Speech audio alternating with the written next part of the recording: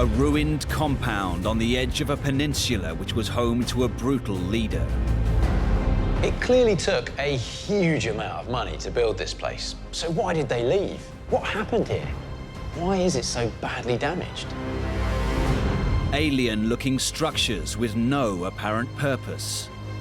They sit isolated and marooned on this piece of abandoned marshland, and they feel otherworldly.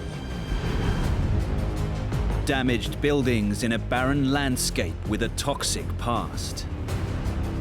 It looks like some sort of Mad Max hellscape, or they've poisoned the soil and left nothing but destruction and ruin behind.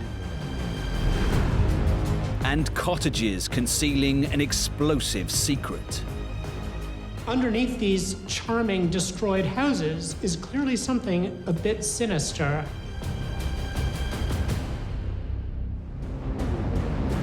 Some are engineering marvels now abandoned.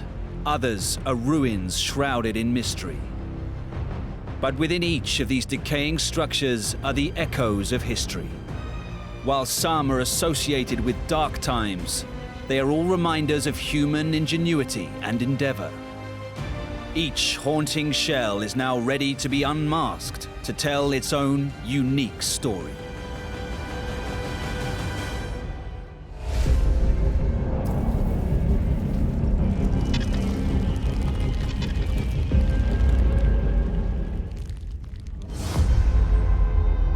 In the rolling hills of Guatape in Colombia, beside a shimmering turquoise lake, is a battered ruin that looks completely out of place.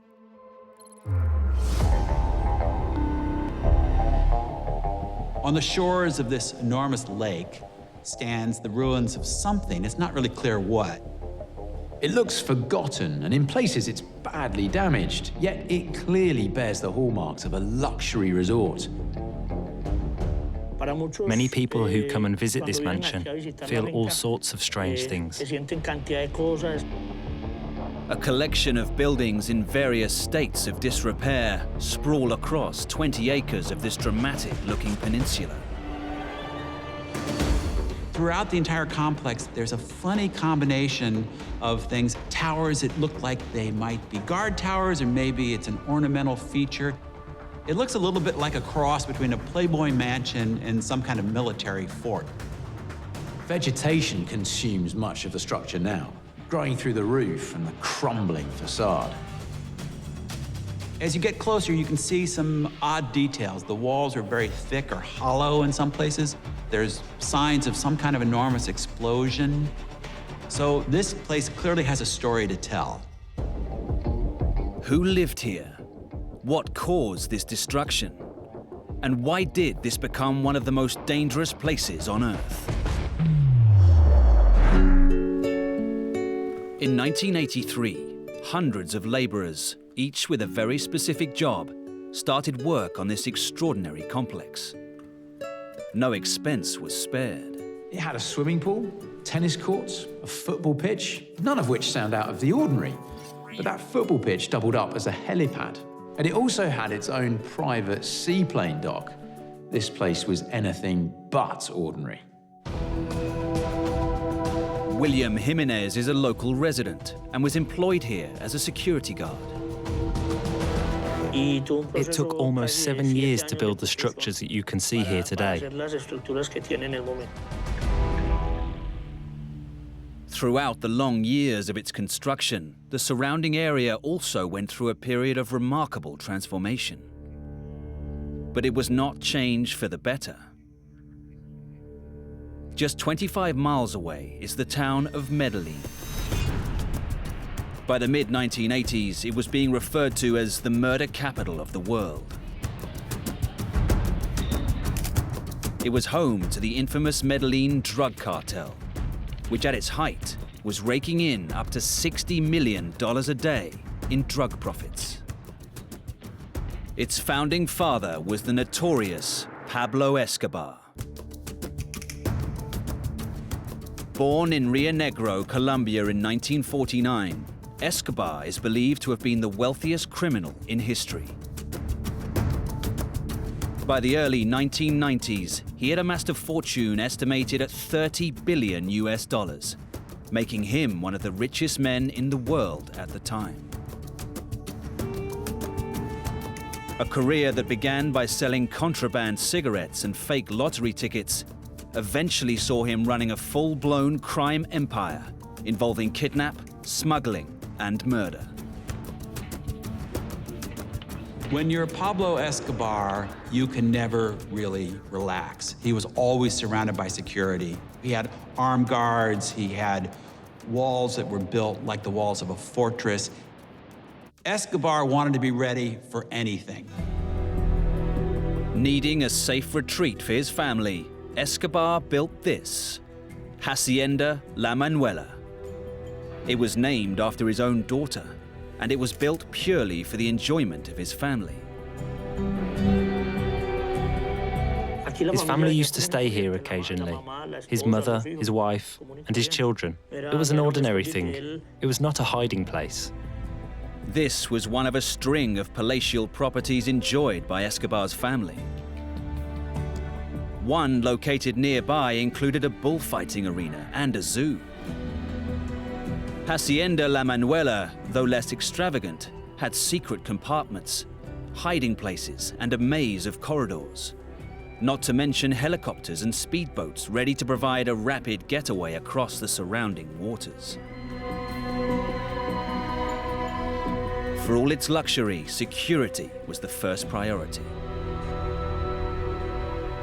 Pablo Escobar had this family retreat protected by a 120-strong security staff. It was basically a small army. Imagine the paradox of this place. Escobar wants it to be a lovely family retreat, swimming pool for the kids. Meanwhile, he's got shipments of drugs and cash moving through. He's got the place surrounded by armed guards and seaplanes and speedboats coming in and out. It can't have been the most relaxing spot in the world. Escobar himself made only brief appearances here. Pablo was here 2 or 3 times maximum, but he used to spend only a few hours here and leave. He wouldn't even stay overnight. When you're the 7th richest man in the world, you gotta watch your back at all times. By the early 1990s, Escobar was embroiled in all-out war with the Colombian government. After a brief stint in prison, he escaped in 1992 and was to spend the rest of his life on the run.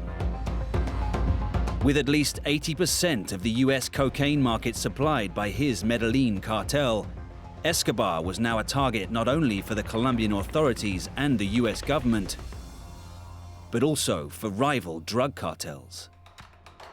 The staff at this mansion, including security guard William Jimenez, was soon being drawn into the turf war. In 1993, some of Escobar's rivals managed to infiltrate the compound. What happened was that 6 small pickups and 1 van came, full of people. It was around midnight. They placed 2 bombs, one on that side and one on this side. They stashed this huge quantity of explosives in a bathroom and blew it up. This was where they placed the biggest bomb. There was a huge explosion. Everything you can imagine was shaking. In this area, there was a bathroom, and that is where the bomb exploded upwards and destroyed the walls around it. It was such a powerful explosion. The organization thought to be responsible was Los Pepes, which stood for Persecuted by Pablo Escobar. It was a vigilante group formed by victims of Escobar's drug war. CIA documents released in 2008 suggest Colombian intelligence officers were in contact with Los Pepes. In fact, it was probably funded by his rivals in the Cali cartel. We'll never really know for sure, but this bombing was kind of the beginning of the end for Escobar. Medellin became a battleground in Escobar's war for supremacy over rival cartels and the Colombian and American governments. Escobar was even offering reward money to anyone who killed a Colombian police officer. So the bombing of the mansion was too good an opportunity for the police to miss. Police forces quickly swooped in and seized all the drugs and money now exposed by the damage from the explosion.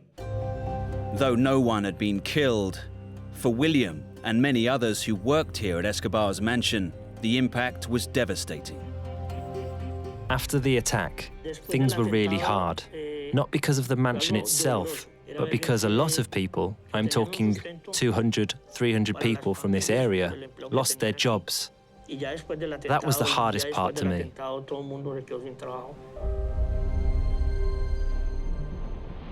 The net was now closing around the so-called king of cocaine. He corrupted the Colombian government and law enforcement to a large degree. Nonetheless, they still came after him, and the end wasn't too far away for him.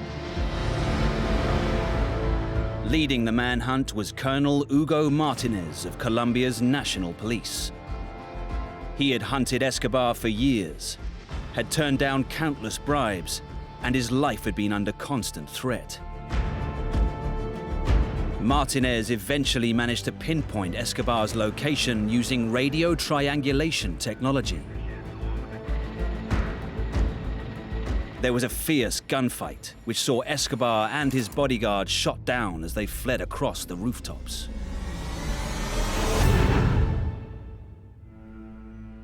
He died as one of the most wanted criminals in history, and the damage he did is there for all to see. As it happens, in most wars, many innocent people die. People who have nothing to do with it. And this has happened in Medellin, in Bogota, and in many other places in Colombia.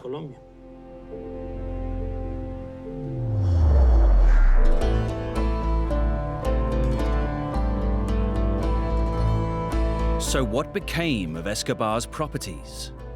Some have been turned into strange theme parks, while others have been demolished completely. But this ruined mansion remains trapped in a strange form of limbo. At the moment, I'm in a legal dispute with the government to have ownership of this mansion. I have been looking after it. I have maintained and ensured that no one else would invade it.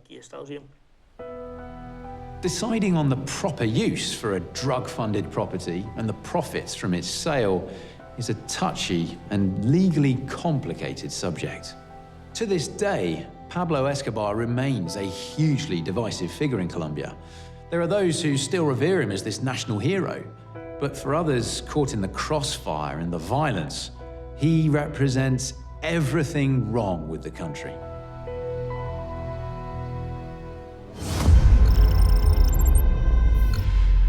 In the thick forests of Wunsdorf on the outskirts of Berlin are what appear to be buildings typical of this region. What looks like pretty holiday cottages that people ought to be vacationing in have clearly been smashed to pieces. The closer you look, you can't help but wonder if these are just residential houses. The smashed concrete is exceedingly thick, and in some places, clearly reinforced. They are entrances to something that is much, much bigger. Underneath these charming destroyed houses is clearly something a bit sinister. Deeper beneath the tree canopy is an innocuous-looking building. Gaining access to it, however, is far from easy. There's almost a feeling here of entering into a secret vault. Whatever they were doing, they were clearly trying to disguise and conceal this from the world.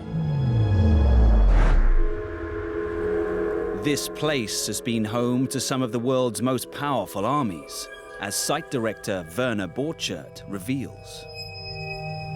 I think this location is really fascinating because there is no other place where the German Kaiser, later Hitler, and then the Russians have left their military marks. In September 1939, it was occupied by the Nazis. The date has special significance. This was one of the most important communication centers for the German army during World War II. And guess what? It was finished just in time for Hitler's Poland campaign. This is Maybach 1, the headquarters for the High Command of the German Armed Forces. And at its heart is the Zeppelin bunker.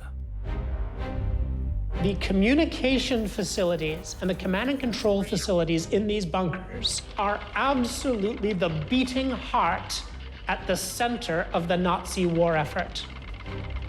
It's essentially very close to what the Pentagon is in Washington. In the English-speaking world, we are really fascinated with the way that the Enigma code was broken. In the Zeppelin bunker underneath Germany, this is where all the messages came from that we were listening to and breaking at Bletchley Park. For obvious reasons, the site needed to be heavily disguised. Made to look like civilian houses, they were given shingled roofs and plastered walls. They had fake windows, and the steel armored doors were covered with wood, so they looked like just ordinary household doors. The buildings were also low to the ground and scattered across a large area in thick pine forest. They are not laid out as you would expect. This, from the air, does not look anything like a military installation. At the midpoint of World War II, the Allies were facing the very real prospect of defeat. The bunkers became a high-priority bombing target. If you're going to try to bomb this complex, it actually requires a little more difficult navigation than it does on a city, where you'd have a very clear radar return, you would have landmarks such as major rivers that you can use as a reference point for targeting. But you have something on the outskirts, it's harder to find those reference points. With so few visual reference points, finding the target presented Allied bombers with a serious challenge. The task was made harder because, from the air, the complex looked like the homes of innocent civilians, and much of it was buried beneath ground.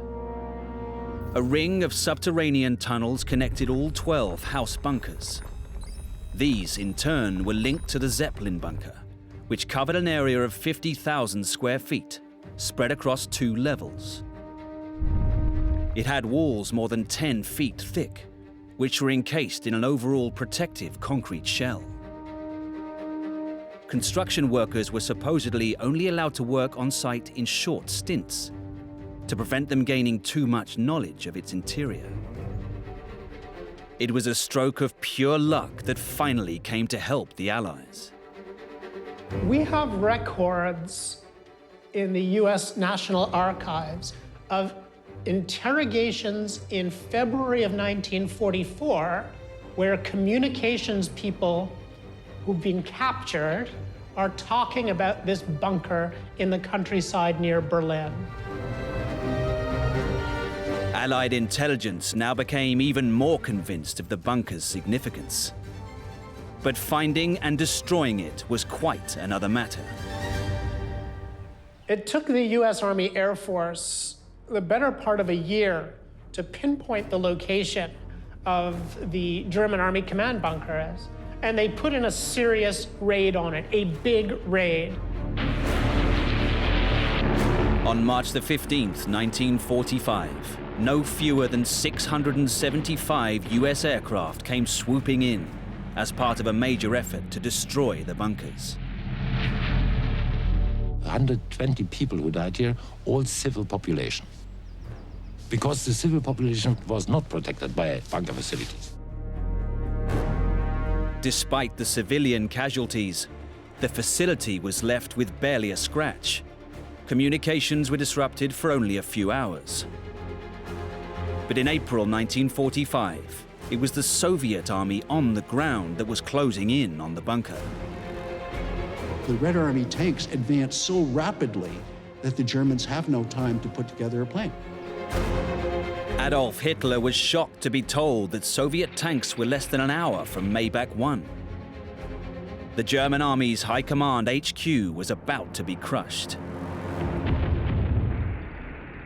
It turned out that the Soviets had to pause to refuel with more diesel. So the whole headquarters bugs out while the Soviets are refueling their tanks.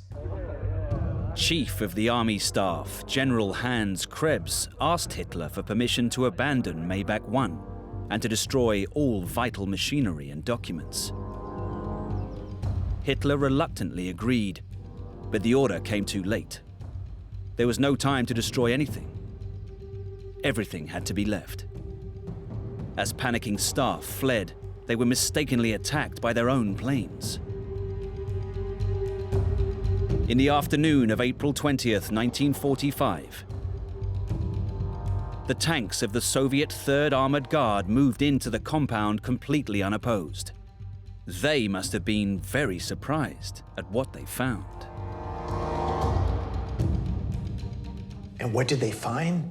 Allegedly, 4 men, only 4, 3 of which surrendered immediately. The 4th was too drunk to know what was going on. Much of the vital equipment was dismantled and sent to the Soviet Union, where Stalin ordered a similar complex to be built for himself. But according to the terms of the Potsdam Agreement of August 1945, the Soviets were supposed to destroy captured military installations. They did just that, but not entirely. They blow up a lot of stuff on the surface, but they leave a lot of the tunnels and a lot of the bunkers.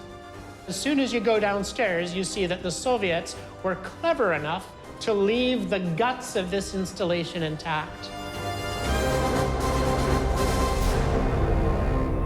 The Soviets eventually renovated Zeppelin and the tunnel system to house their own high command of Soviet troops in Germany.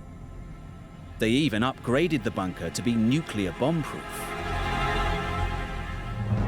This bunker was going to be the command post for the Soviet destruction of NATO. This command post was going to be the place where the commanders who destroyed Europe in World War III would sit in order to do it. Thankfully, it was never needed. But the last Russian soldier only left as recently as 1994. After decades of fear and uncertainty during the Cold War years, when World War III seemed like a very real possibility.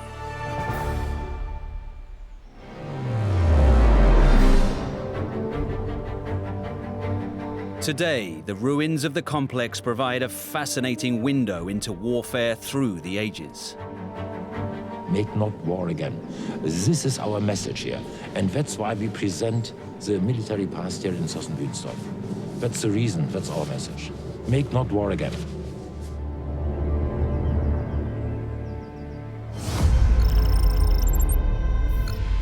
In the south of Portugal, just a few miles from the border with Spain, is a place with an otherworldly appearance.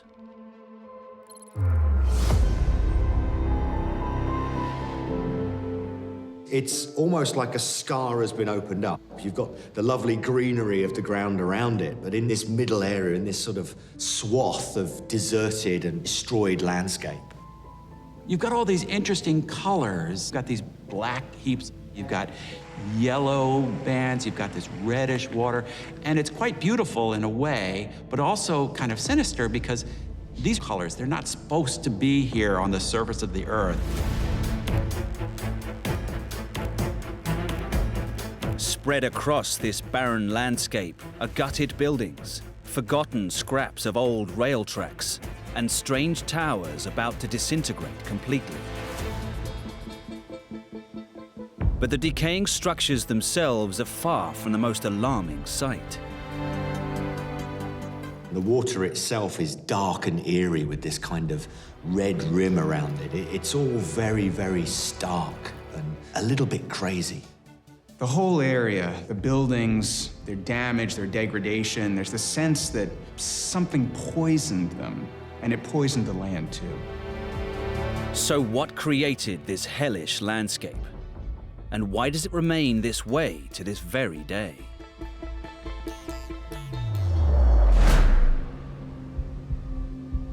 The scorched earth appearance and damaged buildings are not the only scars left on the land.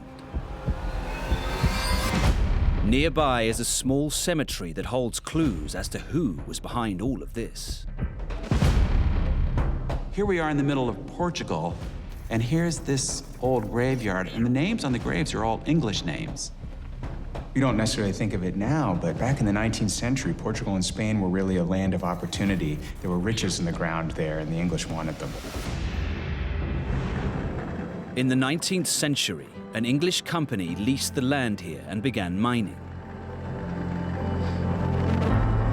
Although they weren't the first to do so, as Howell Royer, an officer from the local area, explains. These are an old place here. Muslims, Romans, it's a lot of history. But in 19th century, when British came here, was one of the biggest industrial mines in the Europe. Established in the 1850s and stretching for miles across the local Alentejo landscape, this is the São Domingos mine. This mine was a massive industrial operation, and in order to run it, they needed to make huge investments in infrastructure. This is going to be the first place in Portugal that has a railway line extended to it. It's going to be the first place in Portugal that has electricity. And all the way down the valley, you have these various processing centers, a rail line that would carry the materials from the mine and ultimately going all the way out to the coast, to the port. The new investment was helping industry and creating jobs across the region. But the condition of the land today suggests it wasn't all good news. This is going to bring Portugal into the modern times, but it's going to come at a terrible cost, and its legacy is going to be a frightening one. Clearly, there was money to be made here. And a clue to the reasons comes from the strange colored water that lingers in pools across the site. Normally, when you're out in the countryside, you see a body of water, it's a very attractive thing, and you want to go for a dip. You see this pool of black, reddish water. Clearly, something's very wrong with this. Over there you see the black water. And close to me, it's red water. It's like the blood of the earth.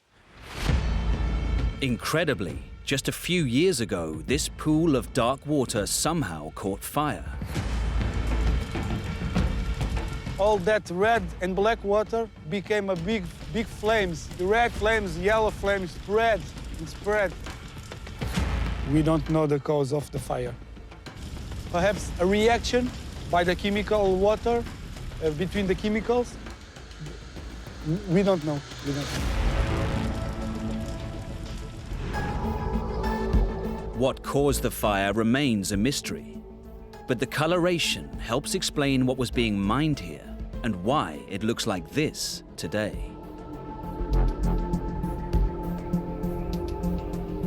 When I see red coloration like this, I immediately think of iron. The water's highly contaminated with a lot of iron oxide in it. But I know that it wasn't iron that they were after in this particular area.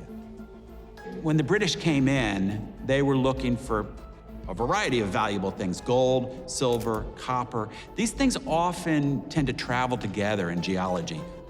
Ultimately, they focused on the copper.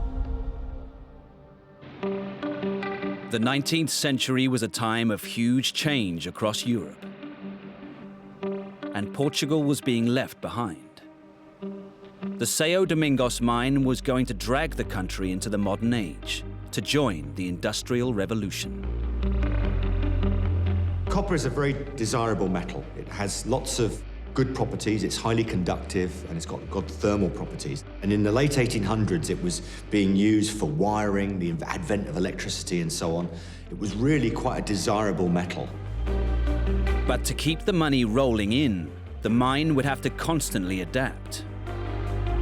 Later, They focused on the sulfur, which is really just a contaminant in the copper. But in the 20th century, they discovered that sulfuric acid was very valuable in all kinds of industrial processes, like making fertilizer. So they started mining this just for the sulfur. The crumbling towers and ruins, and what's left of the infrastructure, tell their own story. But it was the extraction and separation of the metals and chemicals that had such terrible effects deep in the earth below. You have to process the rocks, so they needed a lot of water. They needed to heat and smelt these particular minerals to essentially remove the copper from the compounds that they're associated in. The contaminated water from the processing had to go somewhere. And that somewhere was the surrounding land, which became soaked. While they were pumping out the water, they were also pumping out all kinds of toxins, and Lord only knows what happened to people who lived downstream. The poisoned water was leaving a trail of destruction. Dark days lay ahead. This was filled of toxic water. And then, to stop the toxic water, they built one of these dams. See the difference of the landscape? Alentejo, typical landscape, with olives, with cork. And neither is like a surface of the moon. It's like Mars, see? When you mix sulfur with water, you get sulfuric acid, battery acid, incredibly dangerous, toxic stuff. And this landscape, you can see, is polluted with this from top to bottom. The colors, the rocks, there is no life here. It's pure land. It's a radioactive land. Not only was the ground being poisoned, toxic gases from the sulfur also filled the air and the lungs of the workers at the mine. Eventually, the workers are going to really start to feel the effects of that. The stuff being pulled out of the crown is going to burn their equipment, it's going to burn their clothes, it's even going to burn their skin. The health of the workers suffered through the years, but their welfare was hardly a priority for the mining company, as they found to their cost when the mine closed in 1966. They left devastation. People had no jobs. It's become a crisis because people don't have work to do in the region. Both the mine and the people of the area had simply been abandoned. Today, there is hope that through an extensive cleanup operation, the land can be rescued and reclaimed. But it's a daunting task.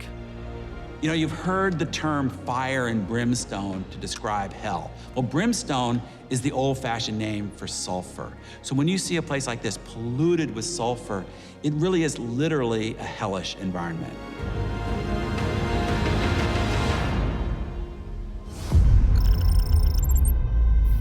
On the coast of Kent in southern England, strange formations unexpectedly emerge from an empty marshland.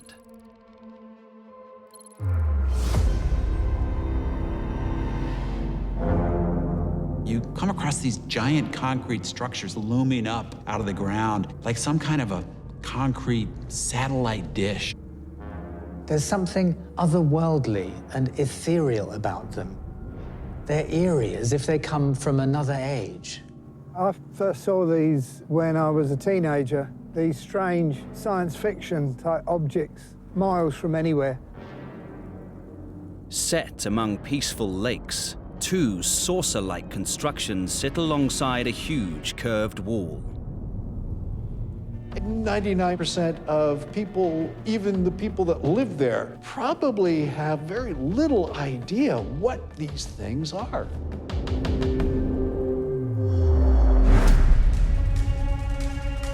But the simple appearance belies their importance. These are concrete structures, but they are very sophisticated early 20th century technology. And it was all driven by World War I. Long-distance artillery fire was a key weapon during World War I. Microphones were used to try and get a fix on the location of enemy artillery guns. Known as gun ranging, similar technology is used today by US police to triangulate incidents involving gunfire in major cities. As the Great War progressed, new innovative sound detection devices were developed to meet the challenge created by new warfare technology. But the position of these structures, pointing out to sea, clearly show that artillery fire was not the primary concern. The location of these structures, right on the coast, overlooking the channel, gives you a clue as to their purpose. They were built to pick up the sounds of approaching enemy aircraft. Even a few minutes of extra warning before those planes become visible in the sky could make a massive difference on the ability to get your planes in the air, to defend the country, and to get your civilians into shelters. These are the Denge sound mirrors. Situated near the tip of a headland at Dungeness, they lie just 25 miles from the French coast and continental Europe. There is no other major source of sound or distraction nearby. You can focus out at sea on sound. The simplest way to understand how the mirrors work is what you do yourself. If you want to hear something, you do that. And that's simply what the mirrors are. They're a much larger version of that. They concentrate sound, the sound collector, and amplify it. Designed by gifted physicist Percy Rothwell, the first giant mirror was constructed in 1928. Lessons were quickly learnt. A larger 30-foot mirror built alongside the first one was set at a different angle. This one is a great deal deeper. It is a true paraboloid, and the deeper you make the mirrors, the more they concentrate sound. This gave no advantage in terms of range, but it could track the trajectory of aircraft with far greater accuracy. Then, in late 1930, they went one step further. The star of the show was the long mirror. This was 200 foot long and 26 foot high, by far and away the largest structure of its kind ever created. It wasn't just a big wall of concrete that you stood in front of. It was actually a very sophisticated scientific device. The curved surfaces concentrate sound waves that bounce off the walls towards one fixed position, focusing the waves onto a microphone. The results were compared with those from other mirrors and used to calculate an aircraft's height, speed, and flight path. An operator stationed near the mirrors used a stethoscope to try and decipher the different noises. A trickier task than it sounds. While the sound mirrors look basic or even crude, actually operating them was an incredibly skilled job. The operator would have sat about here. He's got a wheel, so he can move the sound collector from side to side.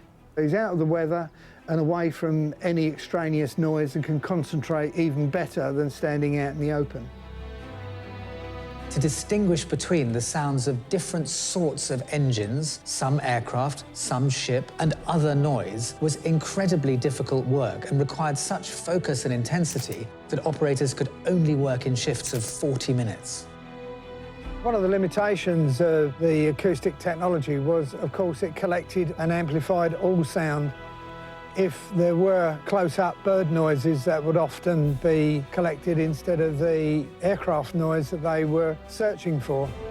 To make the job even harder, aviation technology was developing at an extraordinary rate. The new and higher speeds of aircraft that you're getting by the late 1920s and early 1930s, and you're talking about new cowlings, less drag, powerful engines. So your speed is virtually doubled. The Zeppelins travelled at about 60 miles an hour and made a hell of a lot of noise, so they were very easy to track. But once you got on further than early 1930s, you've got aircraft travelling at around 200 miles an hour, you've got fighters travelling at over 300 miles an hour, and so even if you can get 12, 14, 15 miles warning, you're only talking about a couple of minutes. With the rise of fascism across Europe during the 1930s, the threat of another world war was becoming very real. In Nazi Germany, Hitler was investing heavily in his new air force. The other difficulty was the immense advances in aeronautical technology under the Nazis. The speed of aircraft increased very rapidly, which meant that the job of detecting in time was increasingly difficult. So you have relatively little warning time with a sound system. But the development of radar has been coming apace, and it is ready to take over just at the time that aircraft are becoming too fast. This new technology has been developed to the point that you can emplace it along the British coast and take over from the sound detection. Very soon after the development and installation of the acoustic mirrors, radar was invented in 1935, and that was such a futuristic technology that it made the sound mirrors instantly obsolete. They look almost like some kind of ancient monument, and in a way they aren't monuments, they're monuments to a defunct technology. While the sound mirrors were quickly rendered obsolete by radar, they still had a role to play, and they would prove pivotal during the Battle of Britain. The skies over the southeast part of Britain were key battlegrounds when the onslaught by the Luftwaffe began in 1940.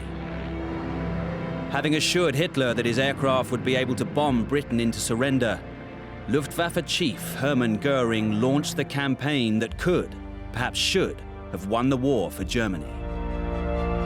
The fighter planes of the RAF and the British coordinated ground defences somehow made sure that it didn't. You see, it wasn't just the technology that was key in the Battle of Britain. It was the organization that was behind that. All that radar did was it gave much greater accuracy and range to an already existing communications system that went back to those headquarters hubs that coordinated the ground and the air defense that worked so well and kept Britain free and saved the world in 1940. Today, these old devices sit in a protected nature reserve, providing a fascinating glimpse into a bygone era. Although the mirrors are somewhat inaccessible on these islands and only open to the public once or twice a year, that has the benefit of preserving this little piece of history which otherwise must surely have perished. So often after war, the installations get torn down and carted away. Here they've been preserved as a kind of monument to the ingenuity that Britain brought to defending itself.